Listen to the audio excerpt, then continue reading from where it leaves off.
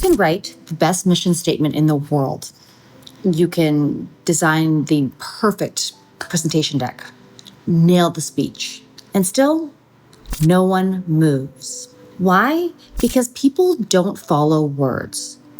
They follow evidence, but not the kind in a spreadsheet, the kind that you can really feel.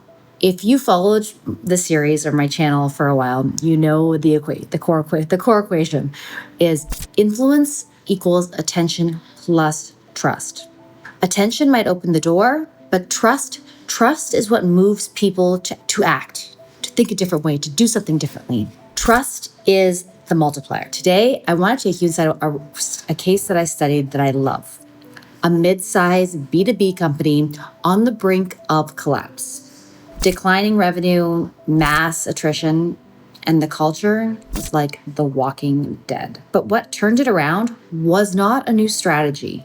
It was something far more rare. A leader who made sacrifices that proved his words, that made people feel something, that made people move to action. So the company had been spiraling for like 6 quarters, revenue down, morale shattered. One team had lost 80% of its people in a year. Burnout wasn't the problem anymore. People weren't happy. They were sick of leaders preaching culture, but never actually showing up for the people who would create it. Then came the new CEO.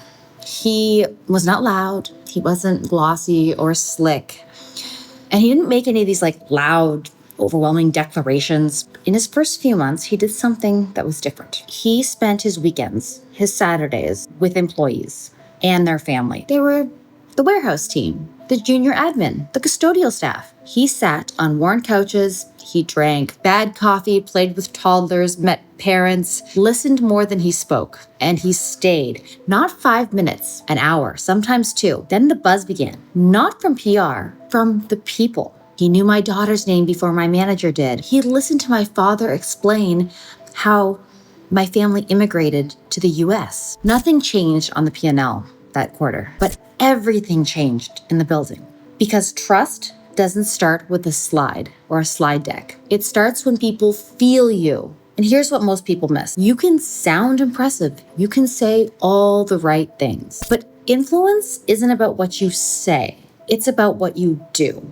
And the most powerful currency of trust isn't data, isn't vision. Time is the one thing you can't fake. You can't scale it. You can't automate it. And once it's gone, it's the most valuable resource we have. So when you give your time, not as theater, but as truth, people feel it. You can tell when someone really wants to be there or not. Kind of time that says, I'm here with you when I don't have to be. And when people feel that, trust accelerates. And trust is what makes influence real. Do you want to know who people trust? The ones who show up when it costs them something. One leader I've witnessed spent hours coaching underperforming team members. Instead of passing them off, he spent the time with them himself. That time, it said everything. Development wasn't a side task, it was the job. During the pandemic, the hospital administrator who pulled night shifts with the exhausted nurses, not to fix anything, but to understand. Morale didn't shift because of a policy, it shifted because she was there. And that CEO, he didn't just visit homes, he stayed. He didn't outsource empathy, he embodied it. Leadership influence isn't about scale, it's about signal. And the clearest signal you can send, I'm here, not because I have to be, because I choose to be. And trust is what moves people. The final episode of the influence equation isn't about another framework. It's about proving what you already claim to believe. Influence equals attention plus trust. And trust is built in the quiet moments, when time is spent, not spared.